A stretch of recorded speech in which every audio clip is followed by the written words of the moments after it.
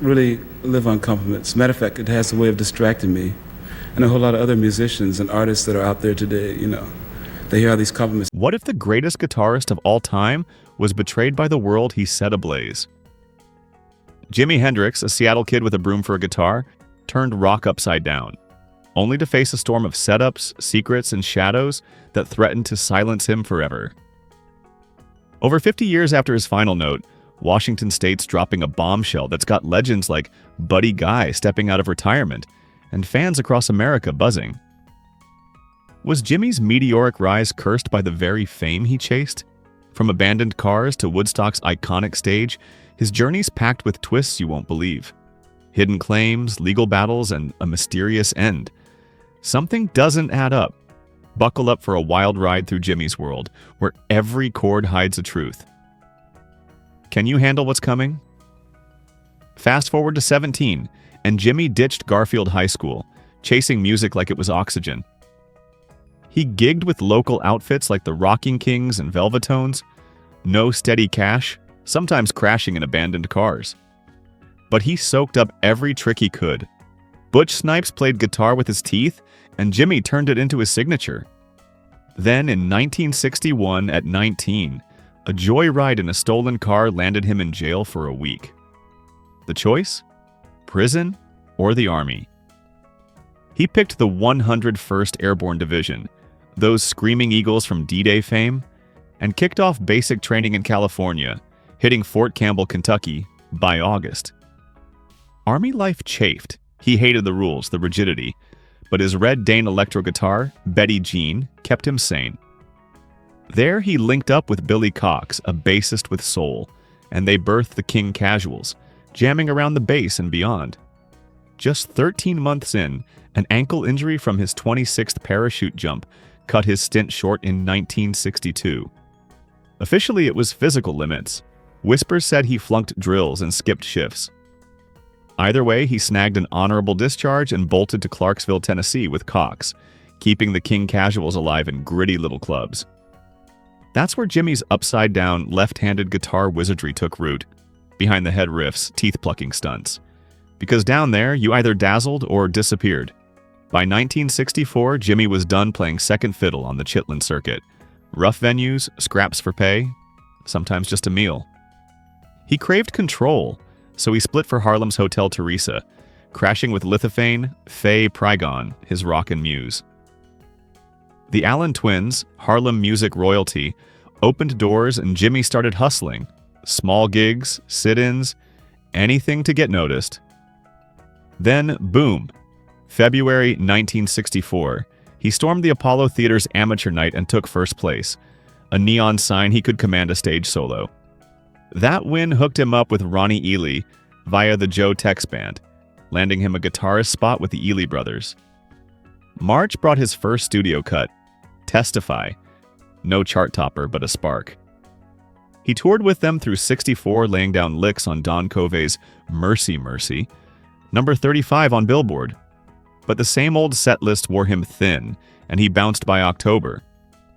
Cue Little Richard's Upsetters in February 1965, off to LA where he cut I Don't Know What You Got, But It's Got Me. Peaked at number. Tonno. Staying at the Wilcox Hotel, he met Rosalie Brooks, tracked guitar for her My Diary and UT with Arthur Lee, and bonded with Lee's band, Love.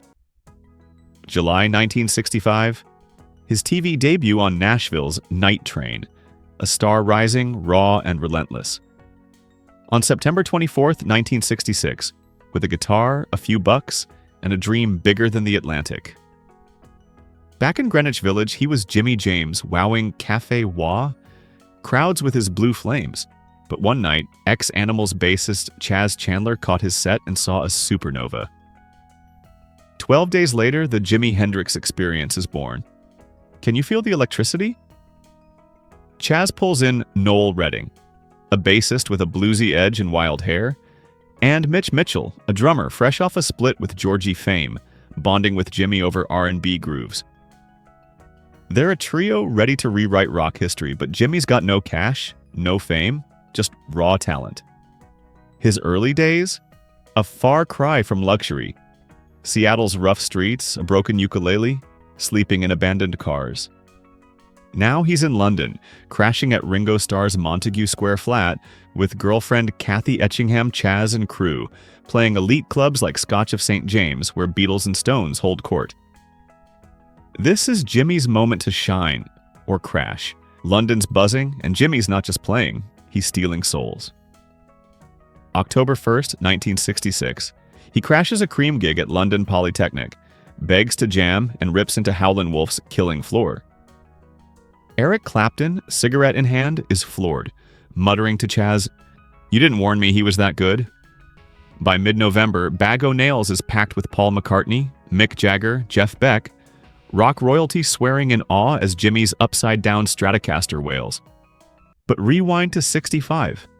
Jimmy's hustling, clashing with Little Richard's upsetters. His flashy stage antics, teeth-plucking behind-the-head riffs, got him canned by Richard's brother Robert in July.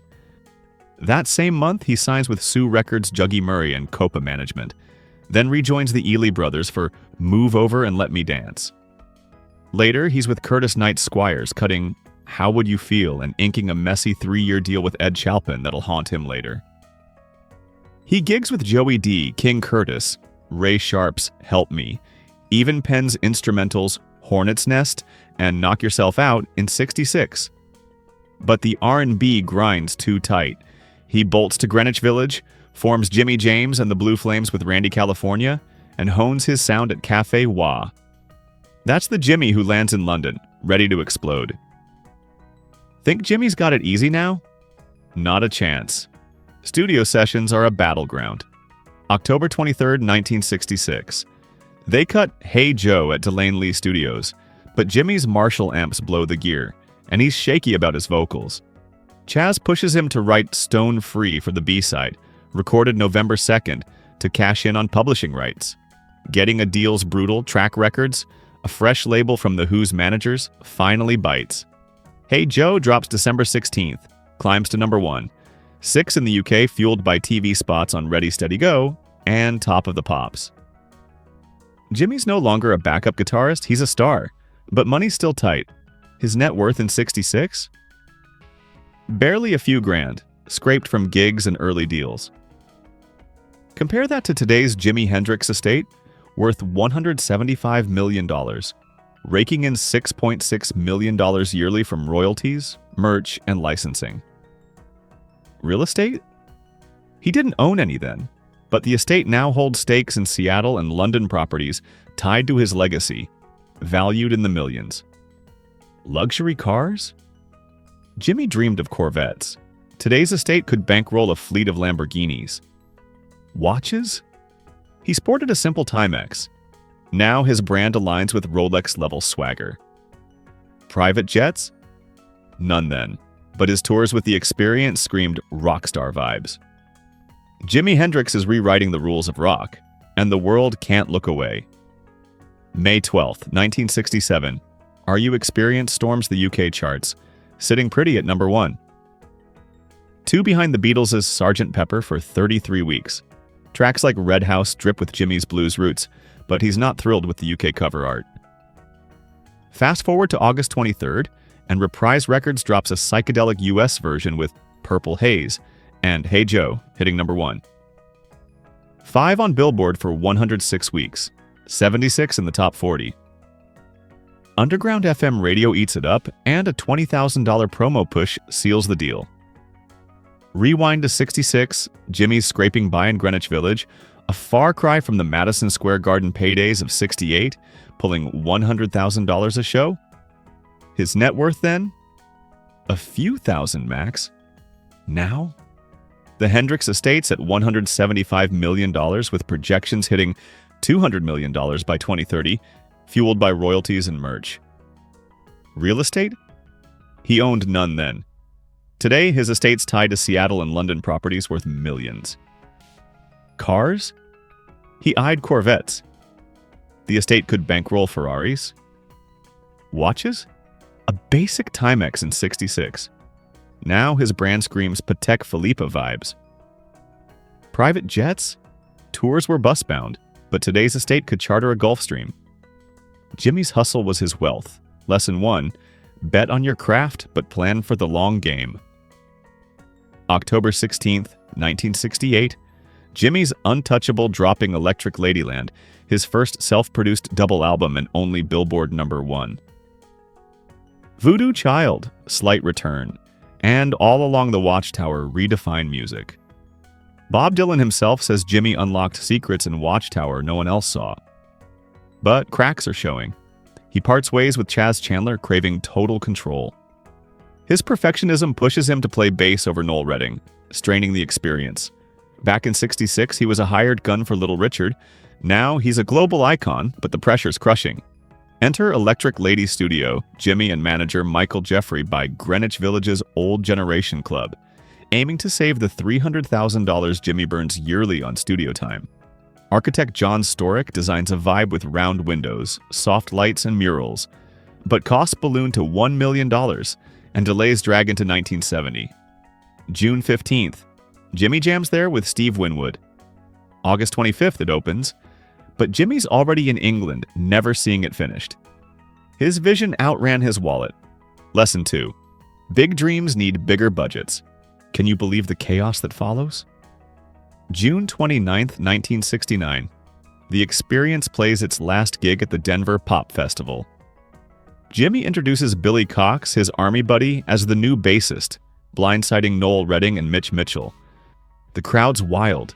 2,500 ticketless fans clash with police, tear gas floods Mile High Stadium, and the band flees in a van nearly crushed by fans. Redding bolts to England. The Experience is done. Flashback to '67. Jimmy's dazzling Monterey crowds. Now he's dodging disaster. August 18th, Woodstock. Jimmy's set to close Sunday night, but delays push him to Monday morning. Only 30,000 of 400,000 fans remain. Backstage, Michael Jeffrey nixes Star-Spangled Banner, fearing backlash like Dallas. Promoter Jerry Morrison eggs Jimmy on, and he delivers a haunting rendition. Sirens, bombs, raw emotion. Some call it political. Jimmy says it's just feeling. His 66 self, jamming at Café Wah, could only dream of this stage. Financially, he's stretched. Studio debts pile up, but insurance likely covers gear and health, a nod to his growing savvy. Here's where it gets wild. Jimmy's inner world is shifting. In 1966, he tries LSD and his music morphs into psychedelic dreams. Purple Haze and 1983, A Merman I Should Turn to Be, feel like visions, says Kathy Etchingham. By Monterey, he's high on stage, smashing his guitar in a trance that screams rebellion. Marijuana, hashish, amphetamines, they're tour staples, shaping his sound but clouding his peace. Alcohol's the real trouble. In 1962, he blew $400 post-Army on one drunken night. By the late 60s, it's worse. A vodka bottle incident with girlfriend Carmen Barrero leaves her needing stitches. Friends say drinking flips a switch, sparking fights and arrests on tour. Compare that to his serene stage persona. Jimmy's battling demons no spotlight can fix. Lesson 3.